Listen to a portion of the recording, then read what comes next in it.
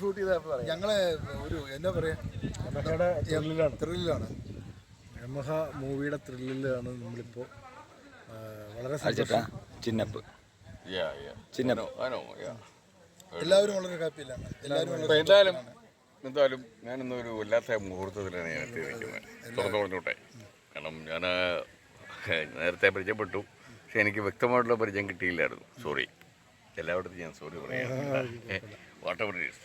പക്ഷെ ഞാൻ ഇന്ന് ഈ ഒരു സുദിനത്തിൽ യമഹ എന്ന് എന്താണ് സ്വിച്ച് ഓൺ സെറിമണി നടക്കുന്നത് എൻ്റെ കുടുംബത്തിലാണ്. ഞാൻ ജനിച്ച് വീണ എൻ്റെ തറവാട്ടിലാണ്.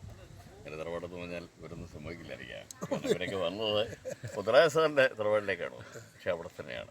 അതിലെ ആ വീട്ടിലെ അറയിലാണ് ഞാനും ജനിച്ചത്. എൻ്റെ അമ്മ എന്നെ പ്രസവിച്ചപ്പോൾ ഇവിടുത്തെ വന്ന ഓർമ്മ ഉണ്ടാവും കേട്ടാ.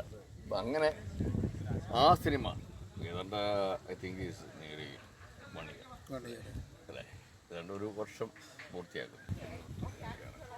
ഞാനവിടെ വെച്ച് പൂജ നടത്താൻ വേണ്ടി പങ്കുവെക്കല്ല.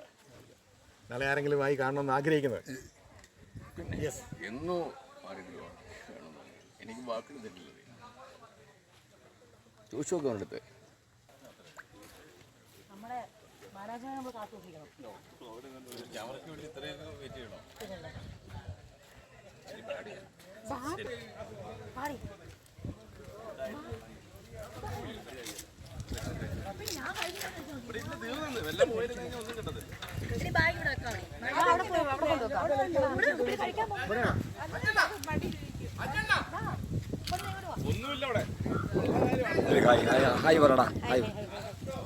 രാത്രി എന്തായാലും കൊടി പിടിച്ചിരിക്കുന്നിടത്ത് എന്നും നടക്കും.